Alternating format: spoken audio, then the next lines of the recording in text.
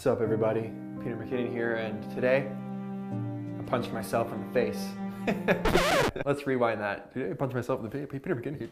What's up, everybody? Peter McKinnon here, and today we're talking about punching yourself in the face.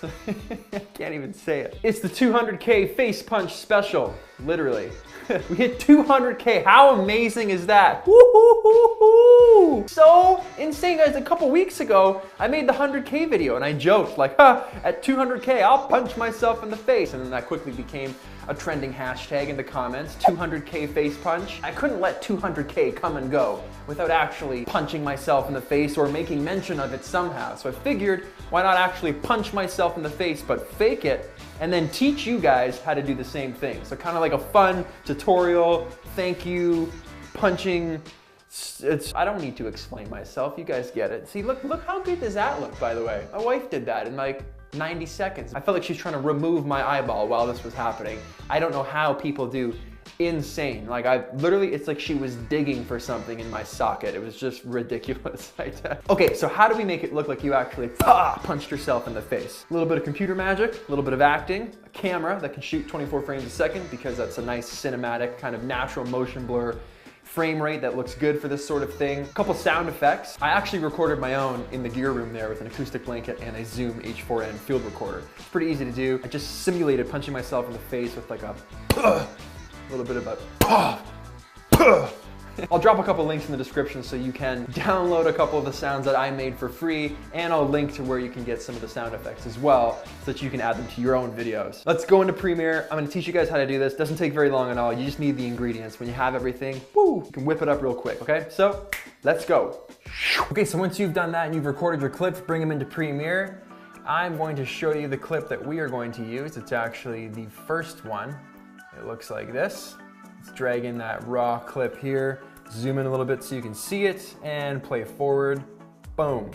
Now, one tip, the hat definitely helps with the touch because that head goes back as if I just got popped in the face real quick. The hat coming off kind of makes sense. So if you have anything like that in your scene or in your frame that can help you out to make it feel and look more realistic, do that. In this case, we're using the hat. So you can see, poof, it goes back.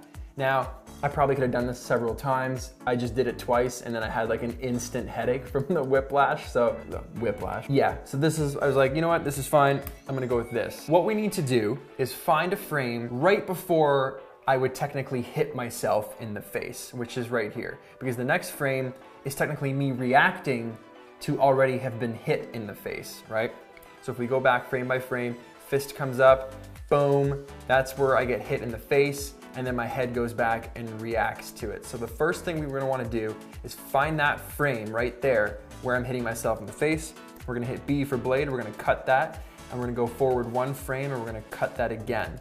So now if we zoom into the timeline here using Command plus, we've isolated that one frame where that should be actually touching my face, and that's the next step. Something else that helps make it look realistic, on the upswing and the frames after, if you speed ramp by like 25% or so. So my fist is coming up right about here where we can see it in frame. I'm gonna blade cut. Right before my hat comes off, about there, I'm gonna blade cut again. And what I'm gonna do is hit Command J to bring up that speed duration, change to 125, so I'm just speed ramping this slightly. If it looks ridiculous, we can change it after. Move these together, highlight everything, bring them back in. So now it's looking like this. That speed change just makes it look a little more violent, a little more realistic. Now, one more thing you can do after the fact is cut out the frame immediately following you being hit in the face, or whomever you're pretending to punch in the face in this case here. So delete that frame, highlight these, move it forward, now play it, poof. And it looks a little more realistic, like it actually, poof, could be happening. Frame, boom, next frame, reacting to it, and the hat comes off. Now all we need to do is connect the fist to the face right here, and then a little color correction, some sound effects, and we're getting close to being done. So what you're gonna do, hold down Alt, drag this clip up. So we're making a copy of that, essentially. Click on that frame, come over to Effect Controls, and hit the Pen tool, the free draw Bezier underneath Opacity. And what that's gonna do is gonna start a mask. See this little pen area here? So we're gonna click on Fit, go to 200 so that you can see better what you're doing. And all we're gonna do is move around. You can click 2 points and then drag. And if you drag after the fact, when you let go, if you hold down Alt, you can change where that tail goes. So let's click it right there. Keep clicking. You're just gonna follow your hand around. It doesn't have to be perfect, but the better, you know, the more attention you put to this kind of thing, the better off you're gonna be. You can click over here, drag, make a little bit of that. The tail looks like it's in the right place. Keep clicking all the way down to the wrist, a little bit of a bend. Now I gotta hold Alt to bring that tail back over a little bit. Click, and I'm gonna select it right there. So that is the mask we've done. Now, if you stay in the same window, you can move up over here to where it says scale, and you can just scale that fist a little bit larger. You can either dial it in or you can actually scale it like this, okay? So what we're gonna do is make sure we're on the selected mask, and then we're gonna scale that fist a little bit bigger. And you can use these positioning numbers to actually move that into your face a little bit more. Same with the rotation. So that's where we want it, a little bit rotated. Want it touching my face, we'll bring that down to here. Now that scale's a little bit too big at that point, so we can bring that down a little bit, move it up, and in. So that looks good about there. Okay, so we're almost there. Let's play this back, see what it looks like. Poof, it looks pretty good. However, that extra piece of my hand, my original hand that's showing up there, it doesn't look very good. We need to get rid of that. Now, there's many ways to do this.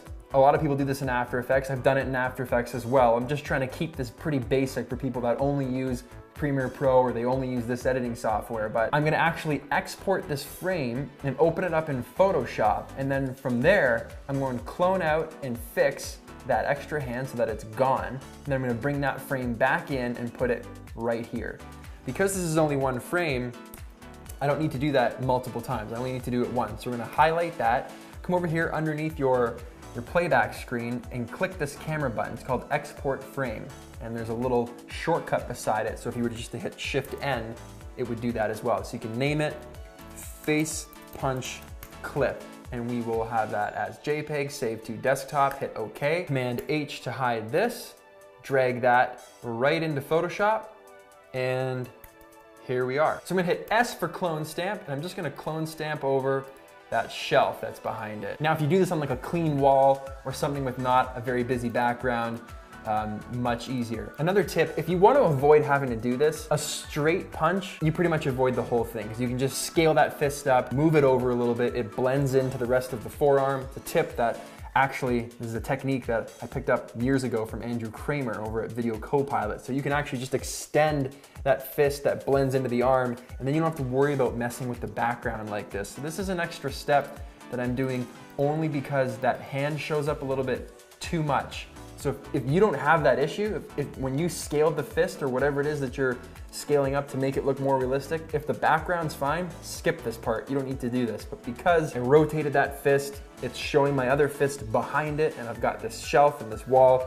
I just want to clean it up a little bit more. When you open up Photoshop, if you hit S, it opens up this stamp here. And if you hold down Alt, it makes like a little target. And wherever you click, now when you let go and you click again, it's gonna paste that area where you targeted.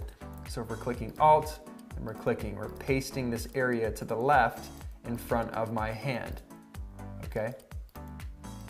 So I'm just cleaning that up a little bit there.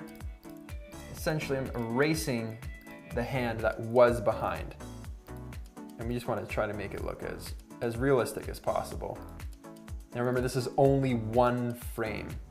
It looks a little wonky, you don't have to worry about it. There's a little bit of natural motion blur in there, so we're okay with that.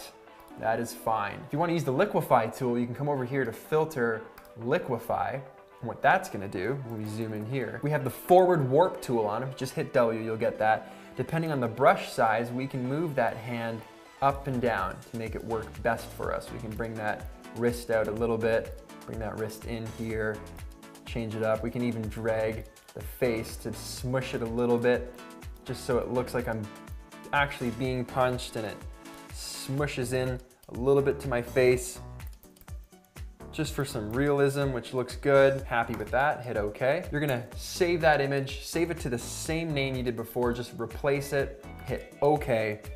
Command H to hide that, open Premiere back up. We're gonna drag that clip right into our bin here. And then we're gonna put that straight on top of this. We're gonna cut that, boop, and there we go. Now that hand is gone. So when we play it back, poof, looks pretty good. It's missing a sound effect. Sound effects are key. So like I said, I made a couple of my own sound effects.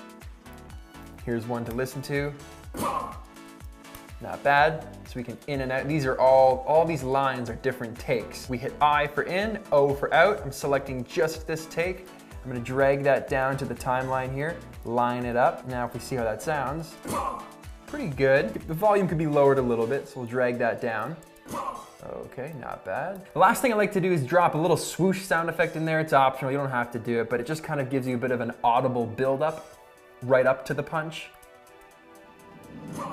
There's lots of places you can go to download action-packed sound effects, so explosions, cars exploding, glass, punches, gunfire, that kind of thing. So if you want a bigger library of that kind of thing, instead of having to record your own sound effects like I've done in the past, they're not usually too expensive. You can buy the whole pack and you have everything and you probably never need to buy anything again. In this instance, I'm gonna use one that I have, which is an impact punch. I can line that up at the same spot as mine. Now when we listen, a little more realistic. The last thing I recorded was a little sound effect of me going, oh my God, to make it sound like I had just reacted to being punched in the face, and that was right here.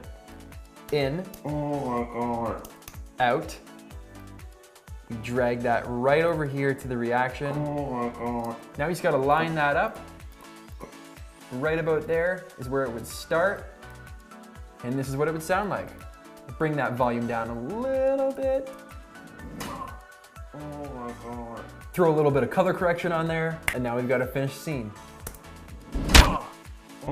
So that's it, guys. Thank you so much for supporting this channel. I really appreciate that you guys take the time out of your day to watch these tutorials, to watch the vlogs, to hang out, chat, comment. We're all learning together. I've had so much fun, and I really appreciate each and every one of you. I hope you had some fun watching this tutorial. It was fun to make. I need to wash this off my face, but again, thank you very much. Don't forget to like this video, subscribe if you aren't already, and I'll see you guys in the next video.